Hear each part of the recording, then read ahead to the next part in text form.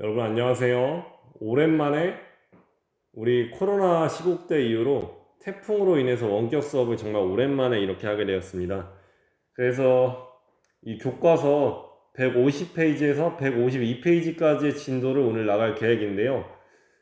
원래는 이렇게 원격 수업이 없었으면 각 반마다 한 번씩 이제 생기부와 상담 기간이 끝나고서 한 번씩 수업을 나갈 계획이었는데 때마침 이런 좋은 기회가 찾아오게 되었기 때문에 어차피 오늘 이제 생기부로 끝났고 상담도 할 일이 없기 때문에 이 기회에 영상을 올려서 이제 최저를 맞추거나 혹은 뭐 수능을 이제 G1을 보는 친구들에게 조금이라도 도움이 될 만한 파트를 나가고자 합니다.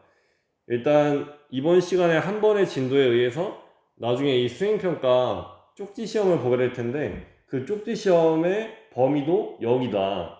그러니까 오늘 나가는 진도 범위가 곧 시험 범위다? 뭐 어차피 기말을 안 보고 수행평가 100%로 진행되겠지만 만약에 뭐 수시, 재수 만약에 재수하는데 수시로 또 갈 거면은 2학기 성적이 들어가겠죠. 혹은 이제 자기가 지구학 원 공부를 하는데 대기레슨한 파트가 약간 중요하다고 느껴진다. 그런 분들은 이 강의를 한층 더 열심히 들어주시면 되겠습니다. 일부러 그 교과서 중간에 내용 다 잘라놓고 대기레슨한 파트로 가져왔고요. 한번 이 세 페이지 간략하게 어렵지 않게 보도록 하겠습니다. 일단 150페이지 이 눈앞에 펼쳐져 있는데 대기레선안이에요. 일단 단원명은 보이다시피. 근데 이 다음 페이지인 151페이지부터는 우리가 아는 내용이에요. 이 대기레선안에서 뭐 크게 헤들리 순환, 페렐 순환, 극순환이 있고 각 위도에서 바람이 어떻게 부는가 뭐 위도별로 뭐 북동무역풍, 편서풍, 극동풍 이런 거 작년에 했던 거 기억날 거예요. 만약에 정시 준비 안 하거나 최저 안 맞춰도 작년 2학년 때 기억이 있기 때문에 어렵지 않을 거라고 생각이 됩니다. 그래서 이 차근차근 아는 걸 보고 다시 한번 보고자 할 건데 유일하게 처음 보는 내용이 하나가 있어요. 그게 뭐냐면 바로 여기 대기 운동의 규모이다. 이 친구는 처음 보죠. 근데 별거 없어요. 별거 없으니까 이 한쪽을 모두 차지하지도 못하는데 여기부터 뭐 하게 되겠지만 이 대기 운동의 규모란 무엇인가? 우리 대기는 여러 가지의 운동을 하죠. 이 그림이 나와 있다시피 난류, 뇌우 토네이도, 뭐 해류풍, 높새바람, 오늘 이제 불어왔던 태풍과 고저기와 편서풍 파동 이렇게 총 6개의 종류가 있는데 이런 애들이 각자 지속되는 시간도 다르고 그 영향을 미치는 범위도 다르단 말이에요. 그렇다면 이 시간 규모와 이 공간 규모를 각각 가로축과 세로축으로 분류해서 이들을 각각 어느 위치에 해당하는가를 따져보면은 이러한 그림이 나온다는 겁니다. 그래서 한번 간단하게 이 살펴보면은 일단 가로축은 이 눈에 보이다시피 시간 규모죠. 그리고 세로축은 수평 규모예요. 그러니까 가로축에서 만약에 오른쪽으로 갈수록 X축에서 오른쪽으로 더 나아갈수록 더 오래 지속된다. 만약에 원점에 가까울수록 더 금방 사라지겠죠. 그리고 이제 세로축에서 보면 수평 규모. 더 세로축으로 많이 갈수록 Y축으로 많이 갈수록 더 넓은 범위, 큰 범위에 영향을 미치며 원점에 가까울수록 콩만하다. 굉장히 작다는 것을 우리가 알 수 있겠습니다. 그래서 이게 일단 한번 살펴보면 맨 처음에 있는 애부터 볼게요. 난류. 난류는 뭐 범위가 2m 뭐 있다고 하기로 뭐하죠? 수초에서 수분인데 솔직히 이 정도는 뭐 몰라도 되고 그냥 간단히 이 난류가 어느 위치에 속하는지만 보면 됩니다. 그러니까 이 굳이 여기 2m 수초에서 수분 이런 걸 외울 필요는 없다는 거예요. 그냥 얘가 간단히 작은 범위구나. 그래서 뭘 알아둬야 되냐? 난류는 이 옆에 미규모에 속한다는 점. 미규모에 속한다는 점을 강조해서 알아두시면 됩니다. 뭐 뜻은 수미터 규모로 수분 지속, 나뭇잎을 날리거나 오염물질 확산이라 써있는데 안에 세세한 내용까지 알 필요는 없고요. 난류는 이 그래프상에서 어느 위치에 있으며 미규모에 해당한다. 이 정도만 알아두시면 됩니다. 다음으로 좀 더 이제 범위를 넓히면 뇌우와 토네이도인데 난류는 그저 막 난류는 우리 길 가다보면 가끔 나뭇잎이 빙글빙글 도는 토네이도 같은 작은 바람 있잖아요. 그런 게 난류인데 이제 진짜 그 나뭇잎이 도는 수준이 아니라 정말로 공기가 회전을 하게 된다면은 뇌우 혹은 토네이도가 형성되게 되는 겁니다. 뭔지 굳이 설명 안 해도 이거 두 개는 알죠? 뭐 뇌우는 비구름이 많이 오는 뭐 정나는 그런 걸 의미하고 토네이도는 그냥 바다에서 용우름이 형성되거나 미국의 뉴스 보면은 막 토네이도 때문에 집이 날아갔다 이런 걸 뜻하는 거죠. 얘는 좀 더 규모가 커서 중규모에 해당한다는 점을 알아두면 됩니다. 그래서 범위는 수백 미터에서 뭐 수백 킬로에 이를 수도 있고 시간은 수분에서 몇 시간까지 지속된다. 라는 점. 그리고 이 중규모에는 하나가 더 있는데 해륙풍과 높새바람까지 있다. 이 해륙풍은 예전에 배웠는데 바다와 육지에서 서로 이 낮과 밤의 기온차에 의해서 이제 부는 바람을 의미하고, 높새바람은 옛날에 지원해서 팬 현상이라고 제가 한번 얘기한 적이 있는데, 그 약간 그런 거예요. 쉽게 말하면 그냥 건조한 바람인데 산을 넘어온 습한 공기가 산을 오르면서 구름이 형성돼서 비를 다 뿌려요. 그럼 산을 넘고 나면 얘는 이미 비를 뿌린 후니까 건조해졌단 말이에요. 그렇게 습기를 다 잃은 건조한 공기가 산 너머에서 이렇게 부는 바람을 높새바람이라고 합니다. 다음으로 이제 종관 규모인데, 종관 규모에 해당하는 여기 태풍과 고기압이 있죠. 태풍 뭐 오늘 날라왔는데 말할 것도 없고, 고저기압도 사실 말할 게 없으니까 그냥 넘어갈게요. 그냥 얘가 그냥 뭐 그렇다는 거죠. 수백 수천 킬로미터의 규모로 수일 지속된다. 그리고 종관 규모에 해당된다는 거고, 마지막으로 지구 규모는 편서풍 파동에 해당하는데, 이거는 이제 사실 우리 여기 교과서 전후로 진도 범위에 있는데 2학기는 약간 이렇게 다 잘라 먹었기 때문에 배우지 않습니다. 그래도 뭔지는 대충 설명하면은, 편서풍은 뭔지 알잖아요. 위로 30도에서 60도 사이에 부는 이 바람을, 서에서 동쪽으로 부는 이 위도대에서 부는 바람을 의미하는데, 이 편서풍이 우리는 왼쪽에서 오른쪽으로 이렇게 단순히 서풍이구나 만 알고 있지만, 실제로는 지구상에서 이렇게 물결 치면서 부는 걸 의미하거든요. 바람이 일자로 부는 게 아니라 물결을 친다. 그게 바로 편서풍 파동인데 자세히 다루진 않겠습니다. 그저 얘가 지구 규모에 해당한다는 점만 알아두면 좋을 것 같아요. 그래서 이 150페이지는 이렇게 마칠 수가 있고요. 이제 사실 여기부터가 좀 더 핵심인 거죠. 151페이지. 우리 G1 범위와 겹치는 그런 부분인데, 대기의 순환. 대기의 순환이라 하면 뭔가 어려워 보이지만 사실 그냥 공기가 도는 거예요. 공기가 도는 건데 바람이 부는 거죠. 왜 바람이 부는가? 그 원인에 대해서 살펴보면은, 원인. 핵심이니까 필기를 하면은 위도별 에너지 불균형인 거죠. 이게 무슨 말일까? 지구는 저위도부터 고위도까지 여러 개의 위도대가 있는데 각각의 위도별로 존재하는 에너지가 일정하지 않다. 왜냐? 태양 에너지는 이렇게 탁 지구에 들어오는데 저위도에는 에너지가 좁은 지역에 딱 밀집된다면, 고위도는 그 위로 갈수록 이제 에너지가 넓은 지역에 분산되는 거예요. 이걸 지우고 다시 써보면, 태양 에너지가 이렇게 세 줄기가 온다고 치는데 지구가 이렇게 있어. 그러면 이 가운데와 살표는 이 딱 영향을 미치면 이만큼의 범위에 영향을 미친단 말이야. 근데 이 위아래 양쪽에 있는 이 사이드에 있는 화살표는 같은 에너지인데 고위도는 퍼지네. 그러니까 같은 에너지가 들어와도 고위도로 갈수록 에너지가 분산된다. 단위 면적당 분포 에너지가 이제 감소하기 때문에 고위도는 에너지가 부족할 수밖에 없는 거예요. 그래서 에너지, 이게 굳이 또 설명하면, 저위도는 에너지 과잉이다. 더 많이 들어오니까. 고위도는 에너지 부족이야. 사람은 똑같은데 저위도는 밥이 많네. 근데 고위도는 밥이 없어. 그런 느낌이야. 태양 에너지가 분산되니까, 고위도는. 그래서 이 과한 에너지를 부족한 고위도로 이렇게 전달해주는 게 바로 대기의 순환이다. 대기의 순환의 원리는 저위도에서 고위도로 이 넘쳐 흐르는 에너지를 부족한 지역에 뿌려주는 거다. 약간 유니세프 같은 느낌이네요. 말하고 보니까. 어쨌든 그런 느낌이죠. 바람이 부는 이유는 그렇다. 여기 아예 써있네. 교과서의 위도에 따른 에너지 불균형. 그런 것이다. 뭐 그렇고요. 저위도 지방의 에너지 과잉, 고위도 에너지 부족 다 했던 얘기죠. 여기 제끼고, 단일 세포 순환 모델. 이거 뭐지 했지만 사실 우리는 작년 이맘때, 정확히 이맘때 이걸 수업한 적이 있어요. 왜 이맘때라 말하냐면 내가 어제 이걸 2학년 교실에서 했거든. 그 단일 세포 순환 모델은 기본적으로 지구가 자전을 안 할 때 가정하는 거죠. 안 할 때 가정한다는 건 다시 말해서 전향력이 없다. 우리 이번 지투에서 전향력에 대해서 좀 더 자세히 다뤄봤어요. 전향력이 없는데 여기 세 가지의 가정이 있네.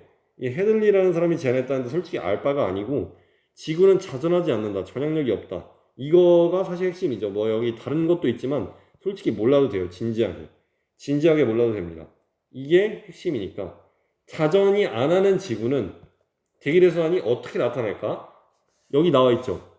적도. 여기는 적도예요. 근데 기본적으로 적도는 자전을 하든 안 하든 더워. 왜냐면 저緯도에 좀 전에 말했다시피 태양 에너지가 집중되잖아요. 그렇다면은 따뜻한 공기가 이렇게 상승할 수밖에 없는 거야. 왜?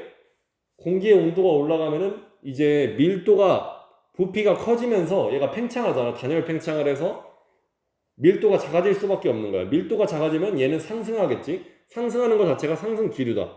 상승한 공기는 결국 양쪽으로 이게 하늘에도 천장이 있거든요. 공기가 마냥 우주 끝까지 올라가는 게 아니라 일정 고도에 이르려면 이제 사이드로 퍼질 수밖에 없고 이 퍼진 공기가 이제 고위도에 이르려면 하강하게 되는데 고위도에서는 괜히 하강하는 게 아니라 적도가 더워서 상승하는 것처럼 극도 춥잖아요. 그러니까 하강하는 거야. 하강에서 이렇게 순환을 이룬다. 이 하강한 공기는 또 양쪽으로 퍼져서 이렇게 빙글빙글 도는 남반구에 하나, 북반구에 하나의 순환 세포가 형성된다. 이렇게 우리가 알 수 있는 거죠. 여기 밑에 글을 보면 뭐 기압경도력이니 뭐니 어쩌고 써 있는데 뭐 기압경도력이란 멘트까지 굳이 알 필요는 없고 그 1학기에 수압경도력은 한 적이 있잖아요. 수압경도력은 수압이 높은 곳에서 낮은 곳으로 작용하는 힘인데 그걸 이제 공기에 적용하면 기압경도력인 거죠. 그래서 그냥 뭐 솔직히 여기 별로 안 중요하고요. 다음 페이지는 3세포 순환 모델인데 그냥 자전하는 지구. 그냥 방금 전 페이지에 있는 애랑 이 페이지에 있는 애랑 차이는 자전을 하냐 안 하냐. 이전 페이지는 자전을 안 하는 지구에서 대기대 순환이 어떻게 나타나는 거고 지금 페이지는 자전을 하는 지구에서 대기대 순환이 어떻게 나타나는지를 파악하는 겁니다. 그래서 크게 순환 세포가 3개야 여기는.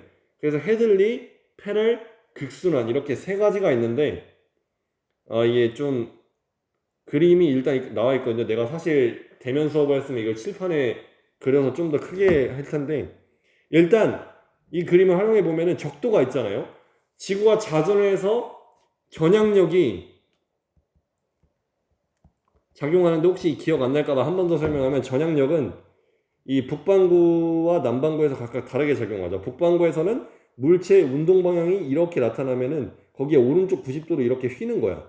근데 남반구에서는 물체가 이렇게 운동하면 왼쪽 90도로 휘는 거지. 그러니까 약간 지구가 세탁기 마냥, 통돌이 마냥 돌아가기 때문에 그 안에서 회전하는 힘이 작용해서 물체가 오른쪽 혹은 왼쪽으로 휘게 되는 힘이 전향력이다. 그래서 이 순환세포가 분리되게 되는데 일단 근본은 역시 적도랑 극이야. 적도랑 극은 여전히 근본인데 적도는 더워, 상승. 극은 추워, 하강. 똑같네. 근데 이 상승에서 양쪽으로 퍼지는 것까지는 똑같은데 여기서 추가할 점은 자전을 할 경우 전향력이 작용해서 위로 30도와 60도가 추가된다는 점. 자전을 안 할 때는 0도와 90도만 보면 되는데 자전할 때는 위도 0도, 30도, 60도, 90도를 모두 봐야 한다는 거예요. 그래서 0도에서 이렇게 상승한 공기는 가, 양쪽으로 고위도로 가. 그러다 30도에서 하강해. 그러다 양쪽으로 퍼져. 일단 그렇다 쳐. 고위도에서 하강한 공기 이렇게 내려와. 근데 여기서 모이네 60도에서 올라가야지.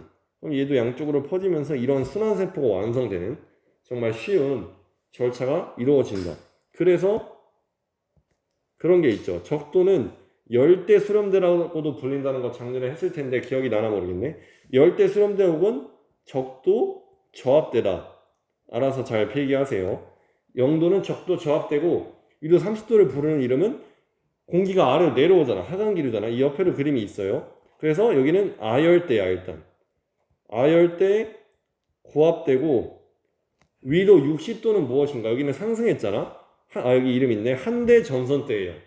한대 춥다. 근데 상승기류가 많이 발생하니까 비가 많이 오네. 전선이 많다. 그래서 한대 전선대고 마지막은 극고압대입니다. 극에서 고압대가 하강기류가 나타나니까 극고압대다.